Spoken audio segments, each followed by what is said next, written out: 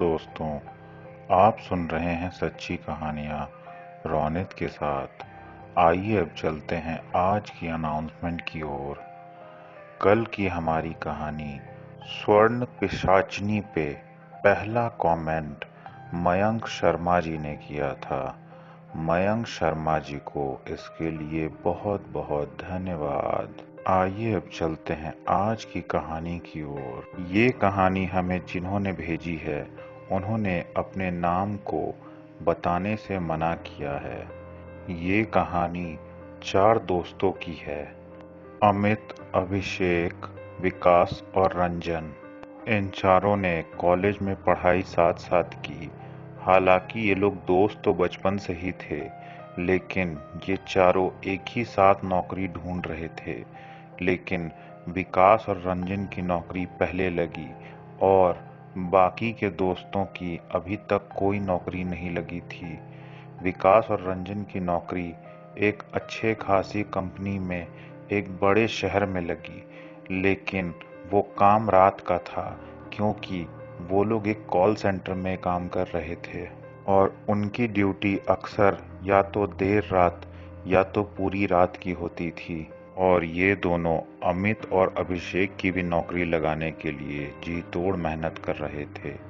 और एक दिन इनकी मेहनत रंग लाई और अमित और अभिषेक की भी नौकरी उन्हीं के कंपनी में लग गई। ये चारों अब बहुत खुश थे क्योंकि इन लोगों ने पहले से ही ये फैसला कर रखा था कि जैसे ही इन चारों की नौकरी लगेगी, ये चारों एक ही जगह पे एक साथ एक कमरे में रहेंगे और इससे इन्हें खर्च भी कम उठाना पड़ता। ऐसा ही सोचकर इन्होंने आसपास के लोकेशन में घर ढूंढना शुरू कर दिया, लेकिन उस लोकेशन में घर काफ़ी महंगे थे, तो इन्होंने घर ढूंढने का दायरा बढ़ाते हुए थोड़े और आगे की तरफ घर ढूंढना शुरू किया। काफ़ी खोज करने के बाद इन्हें उस पॉश इलाके से करीब करीब 700-800 मीटर दूर, जहां से एक गांव स्टार्ट होता था, वहां एक घर मिला जो कि काफी कम रेंट में पूरा का पूरा एक फ्लोर था, जिसे देखकर ये लोग काफी खुश हो गए क्योंकि इन्हें लगा इतनी बड़ी प्रॉपर्टी में सिर्फ हम चारों, कोई तकलीफ नहीं, और तो और जब चाहे तब देर रात तक पार्टी भी कर सकते हैं। साथ ही साथ उनके लैंडलॉर्ड का घर उनसे 2 घर छोड़कर था और वहां पे लोग एक दूसरे से ज्यादा मतलब भी नहीं रखते थे। हालांकि वहां पे रात के समय काफी अंधेरा हो जाया करता था क्योंकि पूरी की पूरी रोशनी सिर्फ उस पॉश इलाके में थी और उसके बाद से जहां से गांव शुरू होता था वहां पे इतनी रोशनी नहीं थी। हालांकि सड़क पे लाइट तो लगे हुए थे, लेकिन इनका जो घर था वो सड़क से 200 मीटर अंदर की तरफ था, जिसके वजह से इन्हें कच्चे रास्ते से होकर अपने घर तक पहुंचना पड़ता था। इन्होंने घर तो फाइनल कर ही लिया था, तो इनकी बात अपने लैंडलॉर्ड से होने लगी। लैंडलॉर्ड ने कहा, आप जब कंफर्टेबल हो तो आप यहाँ शिफ्ट हो सकते हैं। 1-2 महीने से ज़्यादा हो गए ये घर खाली ही पड़ा हुआ है, तो आप लोग आराम से शिफ्ट हो सकते हैं। सफाई वगैरह की फिक्र मत कीजिए, वो सब मैं देख लूँगा। ये सारी चीज़ें देखकर ये साफ पता चल रहा था कि लैंडलॉर्ड काफ़ी अच्छा आदमी है। उसके बाद हम लोगों ने जल्द से जल्द शिफ्ट होने का प्लान किया और पहला वीकेंड आते के साथ हम लोग वहाँ शिफ्ट हो गए। हमारे पास सामान भी ज़्यादा नहीं था क्योंकि बैचलर लड़कों के लाइफ में इतना ज़्यादा सामान हमें सूट भी नहीं करता था। सिर्फ खाना बनाने के लिए एक छोटा गैस और कुछ सामान और गिने चुने बर्तन। हम लोगों ने वीकेंड में अच्छे से खुद को जमा लिया और उस रात वहाँ पार्टी भी की। उन्होंने हमें बस 1-2 हिदायतें दी थीं जो कि पार्टी से रिलेटेड बिल्कुल भी नहीं थी। उसमें एक अजीब सी हिदायत ये थी कि रात होने के बाद आप लोग किसी भी वजह से घर का कोई भी कूड़ा या कचरा बाहर नहीं रखेंगे, सिर्फ और सिर्फ दिन के समय में ही कचरा फेंकेंगे। ये बात हमें थोड़ी अजीब तो लगी, लेकिन हम में से एक ने बोला कि ऐसा कुछ लोग मानते हैं कि शाम ढलने के बाद घर से कचरा बाहर नहीं निकालते। हम लोगों ने इस बात को बहुत लाइटली लिया। हम लोगों ने सोचा कि इनकी भी सोच कुछ ऐसी ही होगी कि रात होने के बाद या सनसेट के बाद घर से कचरा नहीं निकालना है। खैर, हमें इससे क्या मतलब था। वहाँ शिफ्ट होने के बाद हमारी ज़िंदगी काफ़ी अच्छी बीत रही थी। हम लोग अपने अपने शिफ्ट के हिसाब से ड्यूटी जाते, काम करते और आकर सो जाते, और जिसकी ड्यूटी पहले ख़त्म होती थी वो ही आकर घर में खाना बना दिया करता था। इसमें हम लोग कभी किचकिच नहीं करते थे और ज़िंदगी बहुत स्मूथ चल रही थी। इन्हीं सारी चीज़ों के बीच हम में ये भी हमेशा एक दूसरे से मजाक चलता था कि भाई, दोस्त तो हम लोग अच्छे हैं, कमा भी अच्छा रहे हैं, लेकिन हम में से किसी की कोई गर्लफ्रेंड नहीं है, तो उड़ाएं किस पे। तो हम लोग ये कहकर हंसने लगते थे कि भाई, हम लोग खुद कम खर्चीले हैं क्या, कि हमें किसी और को पैसे खर्च करने के लिए अपने ज़िंदगी में लाना पड़ेगा। ज़िंदगी यूं ही चल रही थी, लेकिन एक दिन हमें हमारे लैंडलॉर्ड ने फ़ोन किया और बताया कि आप सभी के कमरों में एक अलार्म लगा हुआ है। अगर कभी कोई इमरजेंसी होती है तो आप लोग उस बेल को दबाकर डायरेक्ट मुझसे बात कर सकते हैं, और हर एक कमरे में वो बेल और अलार्म लगा हुआ है। ये बात हमें थोड़ी अजीब लगी कि हमें लैंडलॉर्ड से ऐसी क्या इमरजेंसी पड़ सकती है। फिर उन्होंने जो पूछा वो तो और भी अजीब था।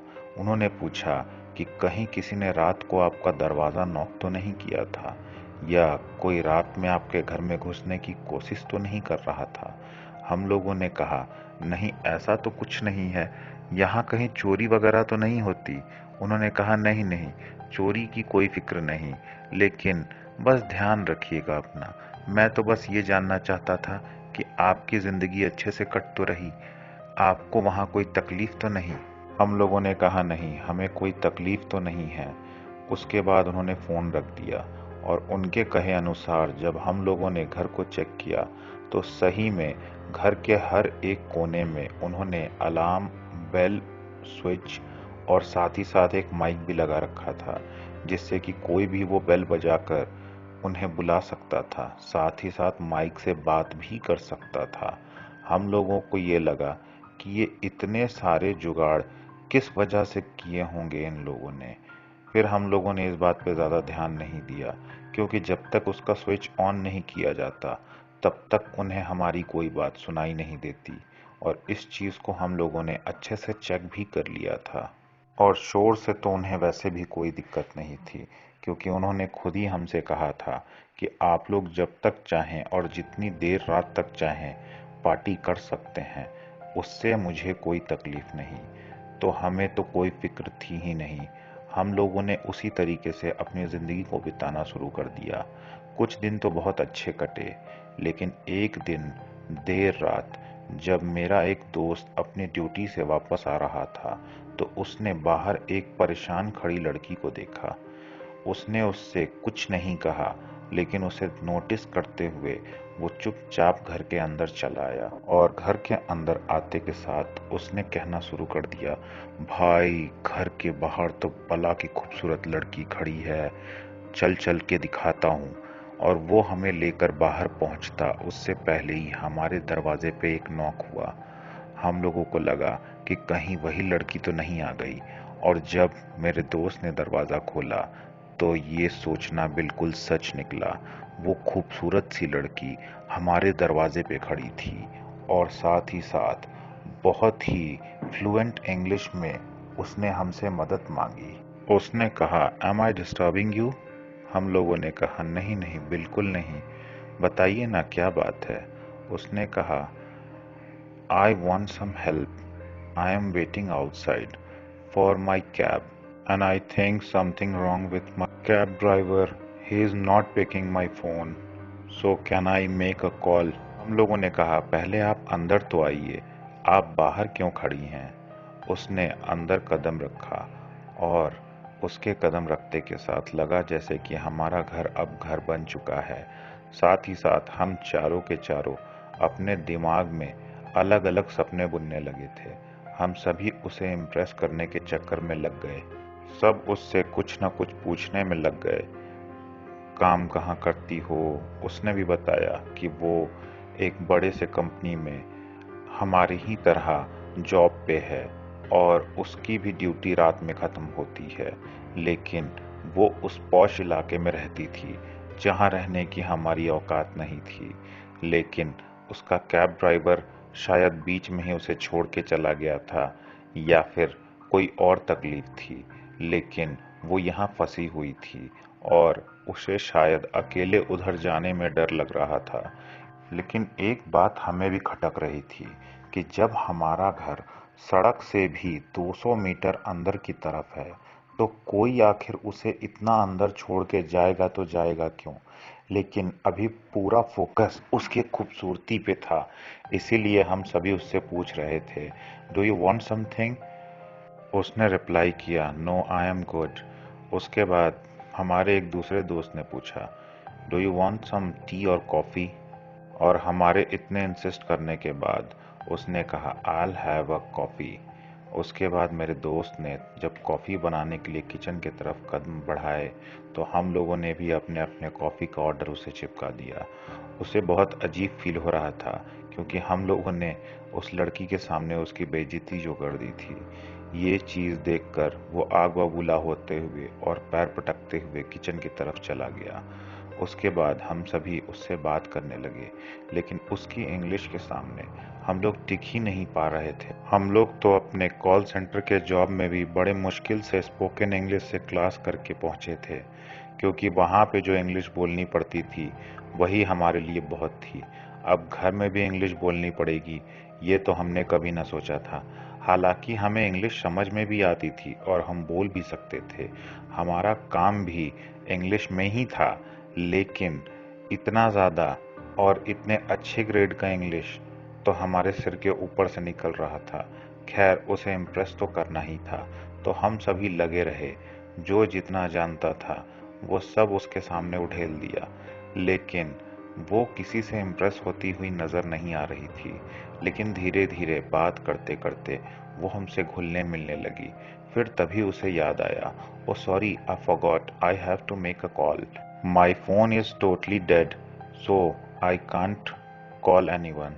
हम लोगों ने भी वाई नॉट करते हुए अपने अपने फ़ोन उसके तरफ बढ़ा दिए और उसने हम सभी में से एक का फ़ोन लिया और किसी को फ़ोन करके वहाँ का एड्रेस बताया और उसे आने के लिए कहा। हम लोगों ने फिर भी अपनी कोशिशें जारी रखीं। उसने हमसे बहुत अच्छे तरीके से बात की और करीब करीब दोस्ती हो जाने के बाद वो वहाँ से अचानक से उठी और उसके बाद उसने खिड़की के बाहर देखते हुए कहा, मेरा फ्रेंड आ चुका है, अभी मुझे जाना पड़ेगा, हम लोग फिर मिलेंगे। हम लोगों ने आहें भरते हुए कहा, हाँ हाँ बिल्कुल, आप ज़रूर आइएगा, आपने तो हमारा घर देख ही लिया है, आपके स्वागत में हमारे घर का गेट हमेशा खुला रहेगा। और वो वहाँ से चली गई। उसके फ्रेंड ने बाइक पे उसे बैठाया और लेके चला गया और उसका फ्रेंड हेलमेट पहना हुआ था, तो हमने उसके फ्रेंड की शक्ल तो देखी नहीं। हाँ, लेकिन ये साफ पता चल रहा था कि वो काफ़ी पुराना फ्रेंड है, क्योंकि उसके साथ वो काफ़ी कंफर्टेबल होके बैठी थी और उसने जाते वक्त हमें बाय भी किया था। ये भी हमारे लिए बहुत था, क्योंकि कोई लड़की हमें पलट के देखे, ऐसी हमारी किस्मत कहाँ। लेकिन आज किस्मत बदल चुकी थी। हम सभी बहुत खुश थे। हमें लग रहा था जैसे अब हमारी ज़िंदगी में कुछ रंग घुल गया है। हालांकि हमें पता था कि वो चारों से तो पट नहीं सकती, लेकिन कम से कम किसी एक की किस्मत तो खुल ही सकती थी। और अगर किसी एक की भी नहीं खुलती, तो कम से कम आज ज़िंदगी में पहली बार कोई लड़की दोस्त तो बनी। यह एहसास ही काफ़ी था हमारे लिए। फिर एक हफ्ता यूं ही काम में गुजर गया और ज़िंदगी वैसी ही चलती रही। हमें वो याद तो बहुत आती थी, लेकिन नज़र नहीं आती थी।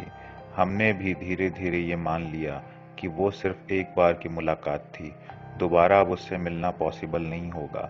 वैसे भी वो अमीरों के बस्ती में रहने वाली लड़की कहाँ हम गरीबों से मिलने आएगी यहाँ। लेकिन एक हफ्ते बाद हमारी किस्मत फिर से चमकी। वो फिर से हमें अपने दरवाजे पे नजर आई। दरवाज़ा नॉक हुआ और जब हमने दरवाज़ा खोला तो वो हमारे सामने खड़ी थी। हम लोगों ने बहुत इज्जत से उसका स्वागत घर में किया और आज भी वो रात में ही आई थी, तो हमें लगा कि फिर से उसके कैब वाले की वजह से लग रहा है हमारी किस्मत चमक गई और उसने भी कुछ ऐसा ही वजह बताया हमें। हमें खैर इससे कोई मतलब नहीं था। वो दोबारा हमारे घर में आई थी और हम लोग फिर से आओ-भगत में लग गए। इस बार हम लोगों ने सोच रखा था कि उसके जाने से पहले उसका नंबर मांग लेंगे ताकि उससे कांटेक्ट करना आसान हो जाए। नंबर दिया तो ठीक, नहीं दिया तो वैसे भी कौन सा वो बार बार मिलने वाली है। लेकिन बिना ट्राई किए हारने से अच्छा कम से कम ट्राई करके हारें। यही सोच के हम लोगों ने फिर से उसे इम्प्रेस करना शुरू कर दिया। बारी बारी सबने अपने सारे पैतरे आजमाए, लेकिन वो सबके साथ बहुत ही अच्छे से और घुल मिलकर बातें कर रही थी। सब कुछ बहुत अच्छा चल रहा था। उसके बाद फिर से वो समय आ गया जब उसने अलविदा लिया, लेकिन इस बार ना ही उसने किसी को फ़ोन किया और ना ही कोई बाहर आया था। तो हमें लगा कि ये शायद अब इस जगह से फ़ैमिलियर हो गई है, इसीलिए खुद ही चली जाएगी। हम लोगों ने उसे छोड़ने का ऑफ़र भी किया, लेकिन उसने मना कर दिया। लेकिन गेट तक जाते-जाते उसने हमसे बोला, "can you pass that garbage bag?" ये हमारे समझ के बाहर था। आखिर वो कचरा क्यों मांग रही थी? हम लोगों ने उससे पूछा भी, लेकिन उसने फिर से यही बात कही। हमें लगा कि ज़्यादा सवाल जवाब करने से अच्छा है इसे कचड़े का बैग पकड़ा ही दिया जाए। हम लोगों ने वही किया।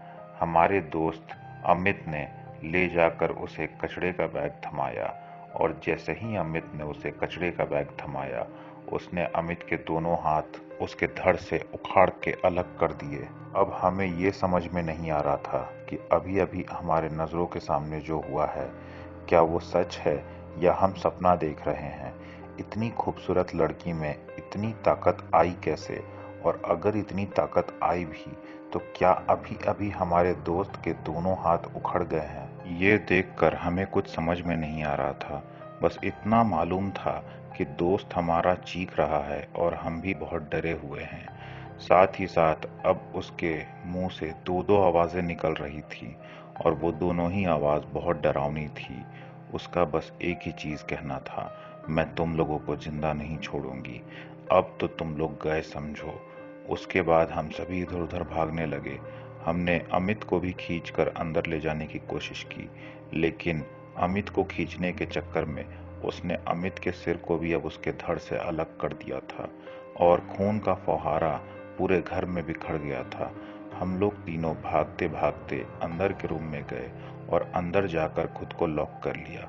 हमें कुछ भी समझ में नहीं आ रहा था। उसके बाद हम तीनों ने सोचा किसी को फ़ोन करके बुला लेते हैं, लेकिन जब हम तीनों ने अपने पास रखे फ़ोन को खोजना शुरू किया तो पता चला हम तीनों के तीनों अपने फ़ोन को उसी कमरे में छोड़ आए हैं जहां वो बैठी हुई है। अब हमें ये समझ में नहीं आ रहा था कि हम अपने मदद के लिए किसी को बुलाएं तो बुलाएं कैसे, क्योंकि इतनी रात में जब हमारे पार्टी करने पे यहाँ कोई नहीं आता तो हमारे चीखने चिल्लाने पे कौन आने वाला था। फिर हमें याद आया कि वो अंकल जिन्होंने पूरे घर में बेल अलार्म और क्या क्या लगा के रखा है, हम उन्हें मदद के लिए बुला सकते हैं। लेकिन हम में से किसी की हिम्मत नहीं हो रही थी, क्योंकि वो बार बार दरवाजे को पीटे जा रही थी और लग रहा था जैसे अब दरवाज़ा टूट ही जाएगा। बहुत मेहनत करने के बाद हम लोगों में से एक ने हिम्मत दिखाई और अभिषेक ने जाकर बेल दबाया। बेल दबाते रहा ताकि अंकल हमारी बात सुन सकें। स्पीकर से बोलने की भी कोशिश की, लेकिन उधर से कोई आवाज़ ही नहीं आ रही थी। काफ़ी देर तक यही सब चलता रहा और वो बाहर तोड़ फोड़ मचाते रही। उसके बाद बहुत देर बाद अंकल ने हमें रिस्पॉन्ड किया। उन्होंने कहा, बस मैं पहुंच ही रहा हूँ। ये सुनकर हमें थोड़ी राहत मिली। अब हमें समझ में आ गया था कि अंकल के पहुंचने तक बस हमें उसे रोक कर रखना है। लेकिन ये होगा कैसे, क्योंकि उसे रोकना बहुत ही मुश्किल लग रहा था। काफी देर तक ये सब चलने के बाद हमें बाहर से अंकल के चिल्लाने की आवाज आई और अंकल चिल्लाते हुए उसे शांत कर रहे थे। ऐसा लग रहा था जैसे अंकल के पास कोई दिव्य शक्ति है जिससे वो उसे शांत कर रहे हैं। काफी देर तक उनके डांटने के बाद वो लड़की शांत हो गई और उसके बाद अंकल ने दरवाजे पे नॉक किया और हमें बाहर निकलने के लिए कहा।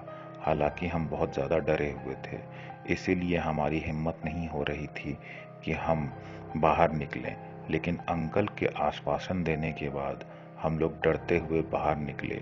हमने देखा कि वो लड़की साइड में चुपचाप खड़ी है और उसके बाल पूरी तरीके से बिखरे हुए हैं और वो हंस रही है, लेकिन दो दो आवाज़ों में। लेकिन अंकल को देखकर हमें थोड़ी हिम्मत मिल रही थी। अंकल ने कहा, घबराओ मत, मैंने तुम लोगों को कहा था कि किसी भी हालत में कचरे को बाहर मत रखना, लेकिन तुम लोगों ने मेरी बात नहीं सुनी। देखो क्या हो गया, अगर ये कचरा मांगे और कोई इसे कचरा दे दे तो ये एक्टिवेट हो जाती है। इसके माँ के मौत के बाद से पता नहीं इसे क्या हो गया है, ये किसी को भी किसी भी हद तक नुकसान पहुंचा सकती है। काफी समय तक ये पागल खाने में भी थी, लेकिन उसके बाद मुझसे रहा नहीं गया, क्योंकि मेरी बीवी तो अब इस दुनिया में है नहीं और ले देकर सिर्फ मेरी एक बेटी ही है, और इसे मैं पागल खाने में कैसे छोड़ सकता था। लेकिन आज इसने जो किया है, इसके वजह से हमें पुलिस को भी बुलाना पड़ेगा और इसे शायद फिर से पागल खाने भेजना पड़े। हम लोगों ने कहा, अंकल बस इसे लेके चले जाओ यहाँ से, और अगर ये आपकी बेटी है तो हमें आप बस इससे बचा लीजिए, किसी भी तरीके से बचा लीजिए, हम लोग कुछ नहीं बोलेंगे। अंकल ने कहा, हाँ प्लीज तुम लोग किसी को कुछ बताना मत, बाकी की बात तो मैं देख ही लूंगा, क्योंकि इससे इसकी करनी की सजा तो मिलनी ही चाहिए। उसके बाद हमारे डरते हुए आग्रह पे अंकल ने अपनी बेटी को वहां से ले जाना ही सही समझा, लेकिन जाते जाते उन्होंने फिर से कहा कि दोबारा अगर कोई कचरा मांगे तो उसे दे मत देना, और साथ ही साथ एक बात और याद रखना कि ये बात किसी को बताना मत, बाकी पुलिस और डॉक्टर वो मैं मैनेज कर लूंगा। हम लोगों ने कहा, सिर्फ आप इसे यहाँ से लेके जाइए, हम लोग वादा करते हैं हम लोग किसी को कुछ नहीं बताएंगे। और अंकल ने ऐसा ही किया। अंकल उसे लेकर चले गए, लेकिन अंकल ने जाते वक्त जैसे ही दरवाज़ा बंद किया, उसके बाद हम लोगों ने देखा कि अंकल के साथ उनकी बेटी तो चली गई, लेकिन उनके बेटी का अक्स अभी भी वहीं खड़ा था, दरवाजे के पीछे। ये कैसे हो सकता था? अंकल तो अपने बेटी को लेके चले गए थे, तो उनके बेटी के जैसा हूबहू कौन खड़ा था ये? उसके बाद उस लड़की ने तांडव मचा दिया। उसने चुन चुन कर हर किसी को मारा, किसी को भी जिंदा नहीं छोड़ा, हाथ उखाड़ के, सिर उखाड़ के, और भी कई दर्दनाक तरीकों से। धीरे धीरे वहां इंसानी टुकड़े और सिर्फ खून के अलावा और कुछ भी नहीं बचा था। ये सारी चीजें जब हो रही थीं और सब कोई मर ही चुका था, तो आप ये जरूर बताइएगा कि ये कहानी फिर हमें किसने सुनाई, और जिसने उसे लिफ्ट दी थी और अपने साथ लेके गया था, हेलमेट वाला लड़का, वो कौन था? इसका जवाब हमें कमेंट सेक्शन में ज़रूर दीजिएगा। आज की कहानी में बस इतना ही। ऐसी ही मनोरंजक कहानियों के लिए हमारे प्लेलिस्ट को ज़रूर विजिट कीजिएगा। कल फिर मिलेंगे ऐसी ही एक अनोखी कहानी के साथ। तब तक के लिए साइनिंग ऑफ।